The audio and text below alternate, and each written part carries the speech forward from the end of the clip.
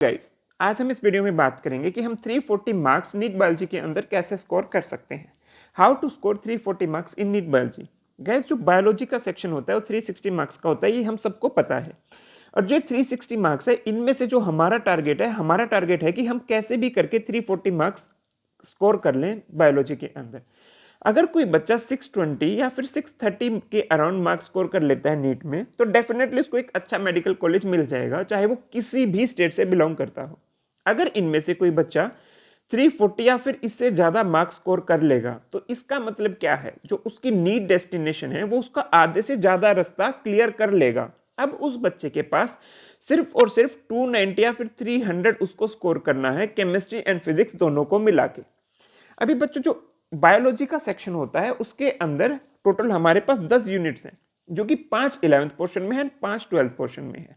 हम सबसे पहले इस वीडियो में 11th पोर्शन के बारे में बात करेंगे। जो हमारा 11th पोर्शन है उसकी जो फर्स्ट यूनिट है वो होती है diversity in living world.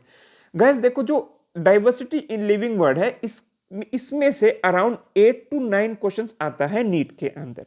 And जो हमारी दूसरी यूनिट है structural organisation in plants and animal, इसमें से हमें ज्यादा क्वेश्चन नहीं मिलेंगे, इसमें सिर्फ 5-6 क्वेश्चन ही मिलता है। और जो स्ट्रक्चर एंड फंक्शन, इसका मतलब जो हमारे पास सेल डिवीजन एंड बायोमोलिकुल्स वाली यूनिट है, ये काफी वेटेज रखती है ये यूनिट। इस यूनिट में से हमें अराउंड 8 to 10, कई बार इससे भी ज्यादा हमें क्वेश्चंस देखने को मिल जाते हैं। तो इतना मार्क्स हमें इसमें से मिलता है स्ट्रक्चर एंड फंक्शंस में से। उसके बाद जो यूनिट आती है वो है हमारे पास प्लांट फिजियोलॉजी। गाइस, जो प्लांट फिजियोलॉजी है, इसका जो पोर्शन है, सिर्फ 7 से 8 क्वेश्चन ही हमें प्लांट फिजियो में से मिलते हैं।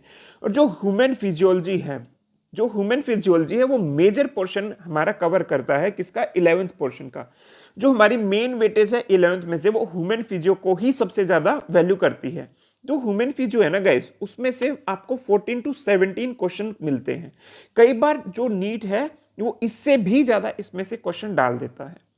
तो उसके बाद जो हमारा 12th पोर्शन है, उसके अंदर जो पहली यूनिट है वो है रिप्रोडक्शन। जो रिप्रोडक्शन यूनिट है ना, उसमें से भी हमें 8 से 10 क्वेश्चन मिलते हैं। जो जेनेटिक्स एंड इवोल्यूशन है, इसमें से हमें एटलीस्ट जो है 8 क्वेश्चन तो मिलेंगे ही मिलेंगे। कई बार ये क्वेश्चन हमारे 12th भी पहुंच जाते हैं। अब जो बायोलॉजी इन ह्यूमन वेलफेयर है, इसमें से भी हमें 7-8 क्वेश्चन मिल जाते हैं। और जो बायोटेक है गाइस, इसमें से भी हमें 7 से 8 क्वेश्चन मिलते हैं। और जो इकोलॉजी है, ये तो मेजर पोर्शन है 12th का, इसमें से हमें 8 से 10 क्वेश्चन मिलते हैं। अब बात आती है कि हमारा जो ये पोर्शन है, हम इसको कवर कैसे करें। गाइस देखो, जो diversity in living world and structural organisation है ना, ये दोनों यूनिट आपको सिर्फ और सिर्फ एनसीईआरटी से ही पढ़नी चाहिए। अगर आप अच्छे से एनसीईआरटी इन यूनिट्स की पढ़ लोगे, तो डेफिनेटली आप जो भी इसमें से क्वेश्चन आएंगे वो उसको इजीली आप कर पाओगे। उसके बाद जो स्ट्रक्चरल एंड फंक्शंस वाली जो यूनिट है, उसमें जो सेल चैप्टर है, सेल वाला जो चैप्टर है, आप इसको हल्का सा एनसीईआरटी से एक्स्ट्रा भी पढ़ो। मैं बोलूंगा कि जो सेल वाला चैप्टर है, इसमें से आप सेल एंड बायोमोलिकुल्स ऑल्सो, ये जो दोनों चैप्टर है, आप ये अपने जो क्लास के नोट्स हैं उनको अच्छे से प्रिपेयर करें। प्लांट फिजियो में हमें कुछ एक्स्ट्रा पढ़ने की जरूरत नहीं होती है, एक्सेप्ट जो हमारा ट्रांसपोर्ट वाला चैप्टर होता है, उसमें एक टॉपिक होता है डीपीटी वगैरह, बस हमें वो थोड़ा सा बाहर से देखना होता है। बाकी जो प्लांट फिजियो है, डेफिनेटली एनसीईआरटी बेस ही हमें मिलती है। उसके बाद जो ह्यूमन फिजियो होता है ना गाइस, उसमें ह्यूमन फिजियो में से हमें डेफिनेटली बाहर से पढ़ना ही पढ़ना पड़ेगा। अभी जो बात आती है कि हम ह्यूमन फिजियोलॉजी पढ़े कैसे। ह्यूमन फिजियो मैं बोलूंगा कि आप सिर्फ और सिर्फ अपने टीचर के नोट्स को ही फॉलो करें, क्योंकि जो एक्स्ट्रा बुक्स होते हैं ना, उनमें कुछ ज्यादा ही एक्स्ट्रा दिया होता है, जो कि हमें इतना लिटरली जरूरत नहीं होती। किसके लिए? नीट के लिए। तो आप ह्यूमन फिजियोलॉजी के लिए क्या कर सकते हैं, एनसीईआरटी प्लस आपके जो क्लास नोट्स हैं, सिर्फ आप उनको ही पढ़े। और जो ह्यूमन फिजियोलॉजी में एक ध्यान देने वाली बात है ना बच्चों, ये जो ह्यूमन फिजियोलॉजी वाला पोर्शन है, ये समझने का पोर्शन होता है।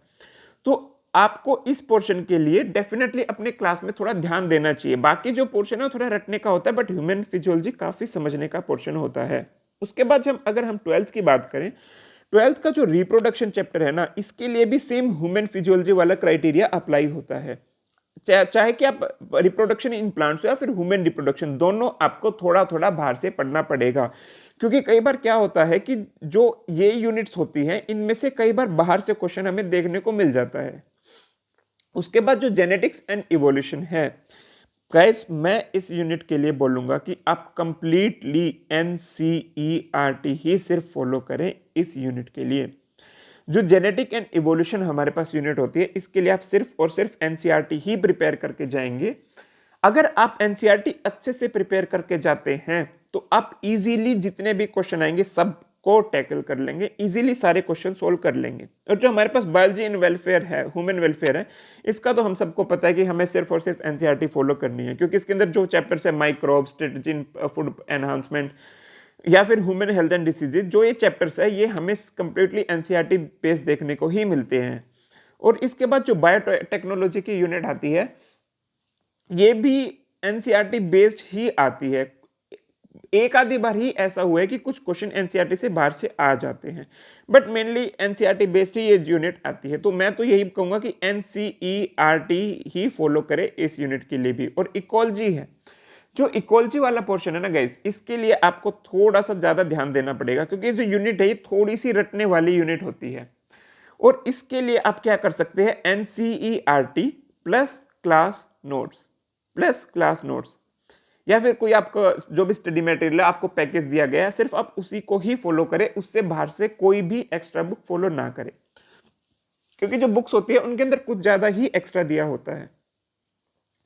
अब हमें बात आती है कि हमें कैसे रिवाइज करना चाहिए। गाइस देखो, अभी जो जितना भी हमारा बायोलॉजी का पोर्शन है, अभी मैं बोलूंगा कि आप डेली बेसिस पे 1 या 2 चैप्टर को रिवाइज करें।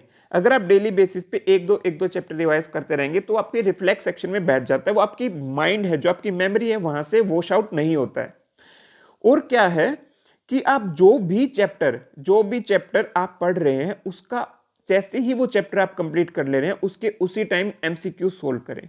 आपको डेली बेसिस पे 200 एमसीक्यूज तो एटलीस्ट सोल्व करने चाहिए नीट के लिए या फिर बायोलॉजी के लिए। अगर आप इतना करते हैं तो आपको जो 340 मार्क्स का क्राइटेरिया है वहां तक पहुंचने के लिए कोई नहीं रोक सकता है।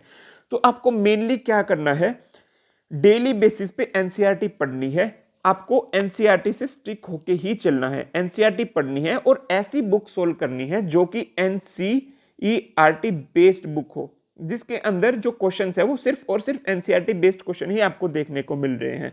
अगर आप सब कुछ एनसीईआरटी से स्टिक होके और ऐसे क्वेश्चंस करते रहेंगे तो डेफिनेटली आप 340 मार्क्स तो इजीली आप स्कोर कर ही लोगे।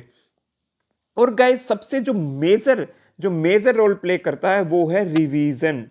सो आपको डेली बेसिस पे 1 या 2 चैप्टर्स आपको रिवाइज करते रहना चाहिए और आप डेली बेसिस पे कुछ एमसीक्यूज भी करते रहें। अगर आप ये सब करेंगे तो डेफिनेटली आप 340 तक पहुंच जाएंगे। Thank you guys.